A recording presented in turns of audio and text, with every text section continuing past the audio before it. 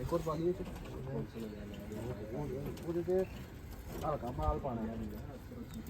ਵੈਸੇ ਕਰ ਲੈਣੇ ਆ ਫਿਰ ਅਗਲੇ ਦੇ ਜਾਓ ਇੱਧਰ ਵੀ ਕਮੀ ਹੈ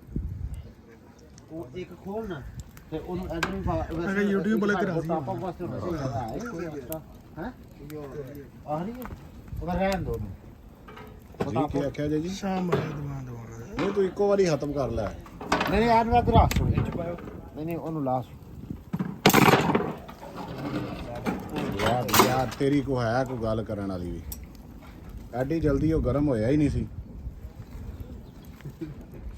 ਨਾ ਛੇੜੀ ਯਾਰ ਯਾਰ ਐਸ ਬੱਚੇ ਦਿਮਾਗ ਖਰਾਬ ਲੱਗ ਗਿਆ ਕਰਨ ਦੇ ਮੋਜ ਕਰਨ ਦੇ ਕਹਿੰਦਾ ਸਵੇਰੇ ਸ਼ੁਰੂ ਹੁੰਦਾ ਦਿਮਾਗ ਯਾਰ ਕਸਮ